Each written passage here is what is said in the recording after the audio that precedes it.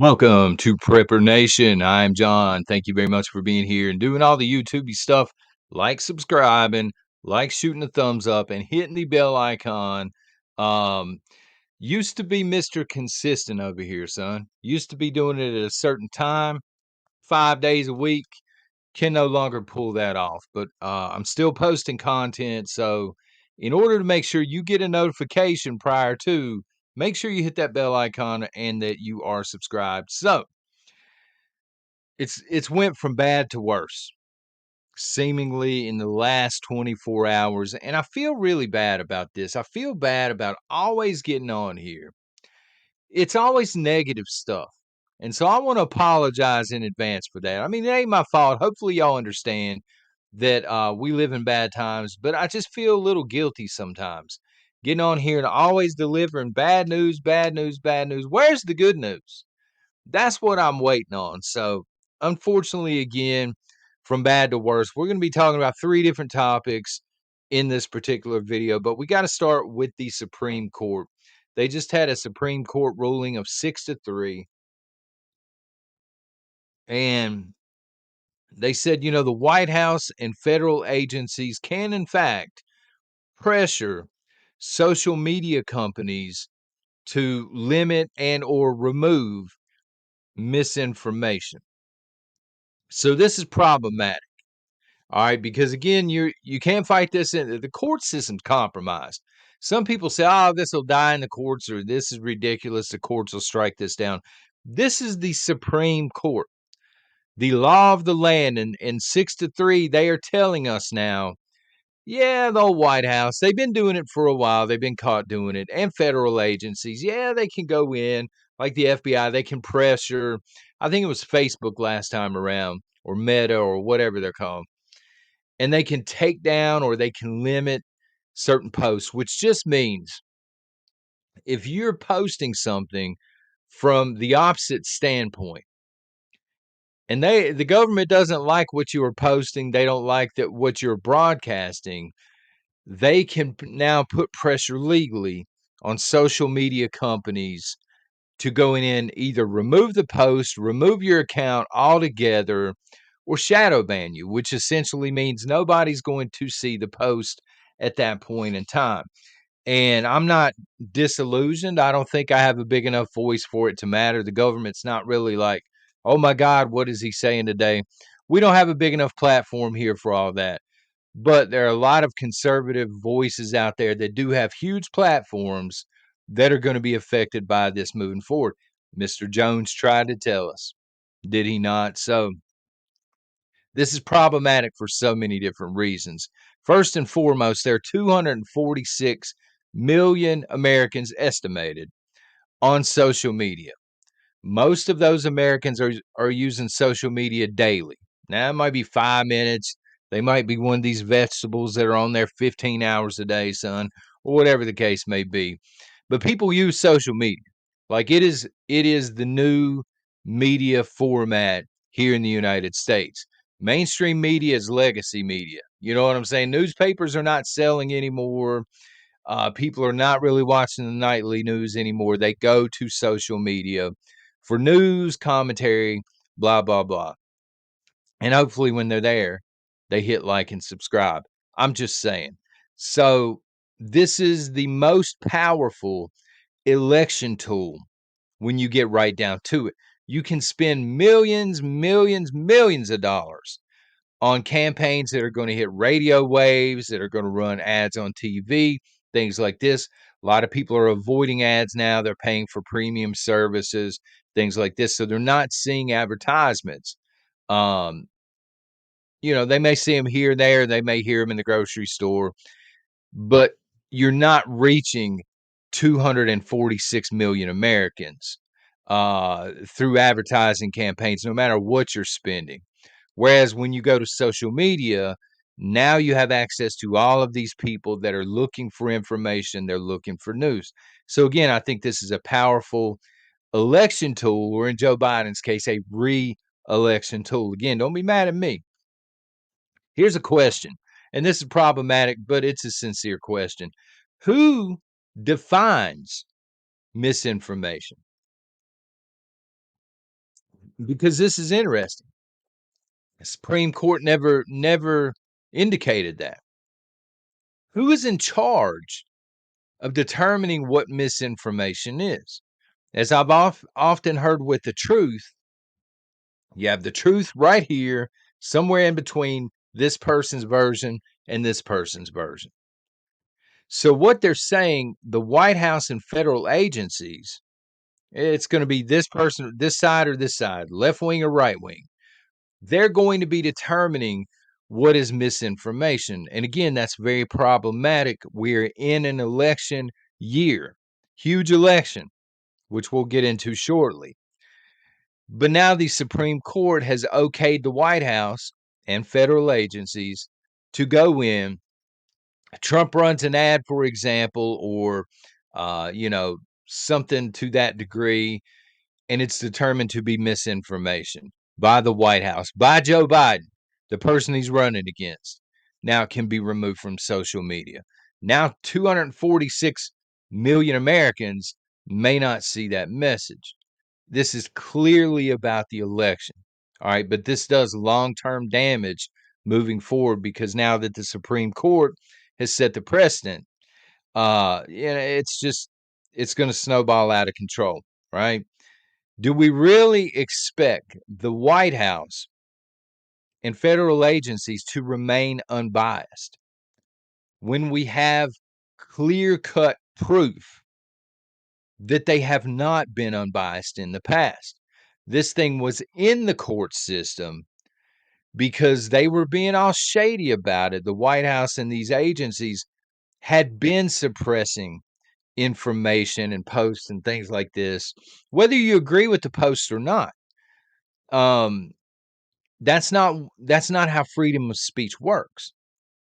Freedom of speech is not, okay, it's cool, you can speak your mind as long as I agree with you. Freedom of speech means freedom of speech. And what this has determined is they're saying, well, you can still go out and you can speak and you can pass out flyers and, you can do these things, right? You can stand up on a milk crate out in front of a Macy's with a bullhorn, I guess. But that's not going to reach 246 million Americans. They specifically went after social media because they were smart enough to know this is how we get reelected. This is how we suppress the conservative voice. And I just want to add this before we move on, because not only may this cost Trump the election, I know y'all don't want to hear that, but with the implementation of AI pulls from the internet. That's its sources. So it's going to be pulling from Bing, it's going to be pulling from Google, it's going to be pulling from social media platforms. And now a lot of the conservative viewpoints are not going to be, online and available to pull from, which means AI moving forward, and we all knew this was going to be the case, is going to be extremely left leaning. This is problematic long term, folks. So, speaking of long term problems, this has been a problem for, a hot minute now. Walgreens is now in trouble. I woke up to this morning. It's the first thing I saw on my phone when I woke up, got some water. They are closing. It said they were closing a large amount of their stores. I said, how many stores are we talking about? Because I would expect this to happen in Chicago because of all the theft. New York City, I expect it there. They're closing over 2,000 stores. I dug in and it's over 2,000 stores. I cannot find a comprehensive list as of yet of the stores that they are going to be closing down. If you folks happen to have a list, please let me know in the comments. But this is on top of CVS having already closed 900 stores, and Rite Aid, they filed for bankruptcy. So this is not a one-off event. This is not one company that has mismanaged money. This is an entire industry that we are starting to see kind of go belly up. You know what I'm saying? It's like it's a slow capsizing of this industry. And this is a problem that is going to affect most Americans, going to affect most of us.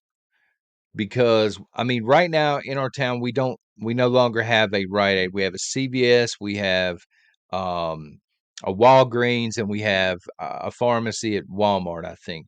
But here's the issue. Okay, CVS hardly ever has a pharmacist there, so nobody is using CVS. They're giving out like pet shots and whiskey shots and stuff. They have the ability to do that, but they have a pharmacist now like once a week. So we have Walmart and we have Walgreens. Walgreens in this area, I can only speak for this area. They're pretty good about having stuff in stock and having a pharmacist available and stuff like this. Walmart, not so much. They're actually really nice in that pharmacy, but they're out of a lot of things a lot of the time. And so if this Walgreens shuts down here locally, we're basically forced into Walmart. We now have one choice unless we're going to do a bunch of driving. So Walgreens said that there were a lot of issues that fed into this, because my first reaction was, again, theft, shrink as it's called in the retail business. I'd seen all this stuff where they're locking stuff up behind plexiglass. You push buttons if you need people to come get it out for you. I mean, they're locking up everything, soap, toilet paper, because theft is so bad in the bigger cities. And they did mention shrink. They said it was a huge issue, but also inflation and staffing issues. They're saying, look, people are not spending money right now. It's not necessarily the pharmacy side, it's everything else in our store that we used to sell that people they're not buying it anymore because they just don't have the money. The economy sucks, bro. It sucks. And Walgreens is saying it, they're being nice about it, but they're saying the economy sucks. They're saying FJB. Yeah, Uncle Joe did this essentially, and they're having staffing issues. Now again, here locally, they're staffed pretty well, and I hope those individuals don't lose jobs, but a lot of people are about to lose jobs.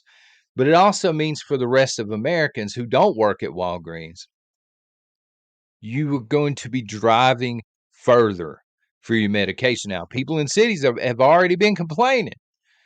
Shrink is a huge issue there. Staffing, huge issue. The economy still sucks in cities. But now they're complaining because these places are shutting down, and they're like, well, what am I supposed to do? Am I supposed to drive 40 miles to go get my medication? And the answer is yeah. Saddle on up and go get it, son, because you did it to yourself in the cities. I mean, these people are just stealing. These companies are not going to stick around forever and watch their stuff get stolen off the shelves. But in rural America, even, you're going to be driving further and you're going to be paying more for medications that you need and other stuff in the store should you happen to buy it. And folks, to be honest with you, I think this is the tip of the iceberg when it comes to this industry, because as I sit back and I look at everything, not only have we seen substantial layoffs and store closings, there's also a shortage of pharmacists, pharmacy techs, technicians, and things like this. And there's a shortage, severe shortage in college. People are not pursuing these career paths. They're taking, I guess, gender studies. I don't know what they're doing, but they're not striving to become pharmacists. And so the whole industry is like, what are we going to do? We don't have people to run these stores. We don't have people to get the medication together and it's not lost on me that we're an aging population here in the United States of America. They're saying in 20 years, we're going to be one of the oldest populations on planet Earth. We're going to need a lot of care. We're going to need a lot of medication. We don't have people going into the healthcare industry. We don't have people going into the pharmacy industry. This is a long-term problem, folks, and it's not getting better anytime soon. So finally, and we got to talk about it at least for a few minutes. It's the big talk, I'm sure, the presidential debates. If you're interested, those are on, I think it's on CNN, 9 p.m. Eastern Standard Time tonight. So I'm going to go down my list of what to look for. Old John's list here. Add whatever you want. Um, And then I got a special announcement here at the end, so stick around. So this is my list of what to be watching for if you watch the debates tonight. Number one, does Trump appear presidential? Trump's awesome, but it seems to be tale of two cities. You either get Trump, who is throwing out, you know, third grade bully names on people, Potato Joe, Crooked Hillary. He takes it back like he's in elementary school. Or sometimes he shows up and he looks more presidential than any president has prior to Bill Clinton.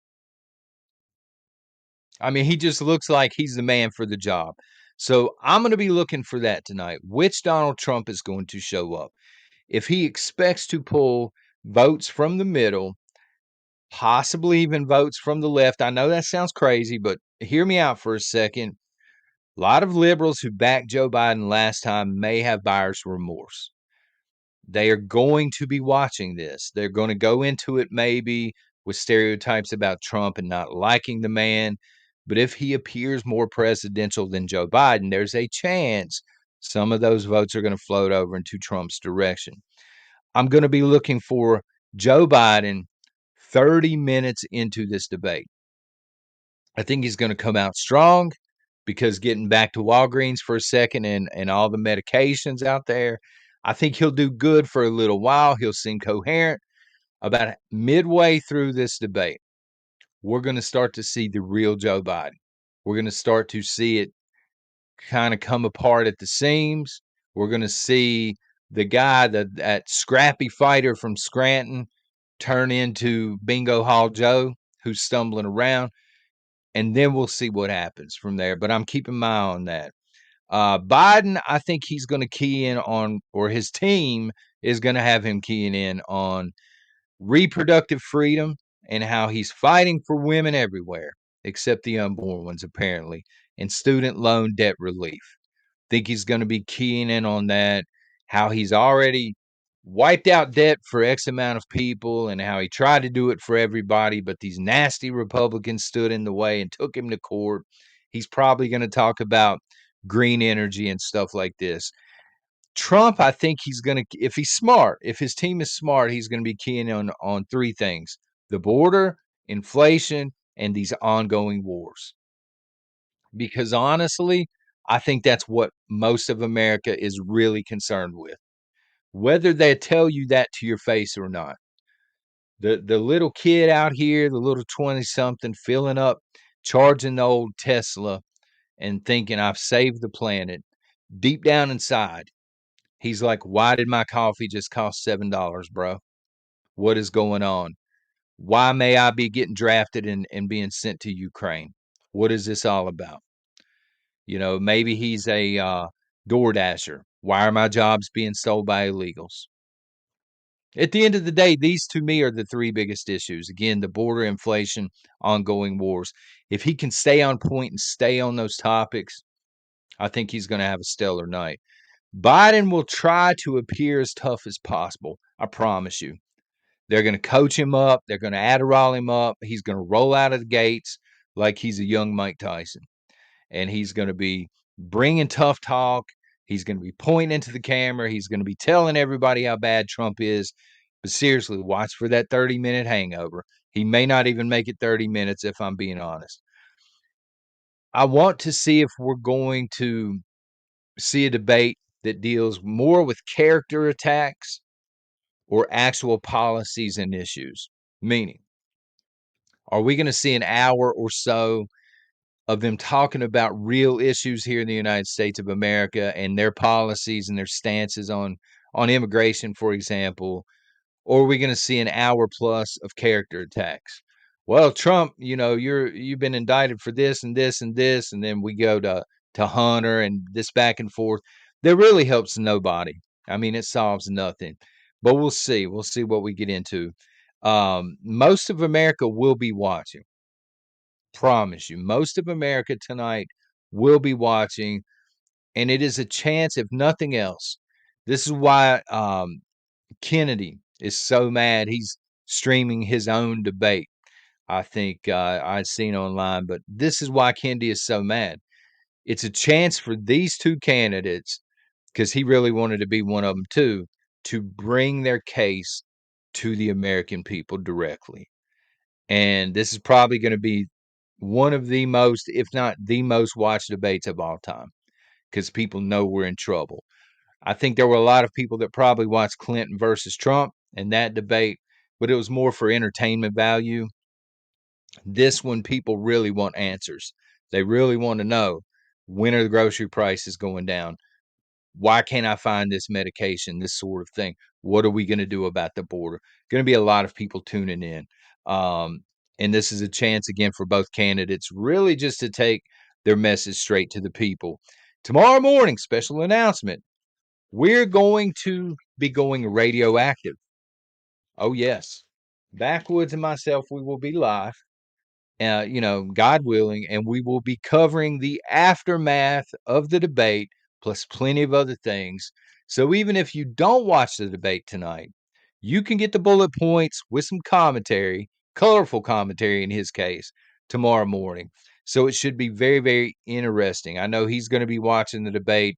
As long as I don't doze off and fall asleep, I'm going to be watching the debate. I may have to watch the replay. I don't know. Y'all let me know what you think in the comments. And again, make sure you are subscribed. Make sure you hit the bell icon, because I don't know exactly when we're going radioactive tomorrow morning. But the moment we do, the moment the lobby populates, you will be notified, as long as you are subscribed and hit that little bell icon. Y'all take care and God bless.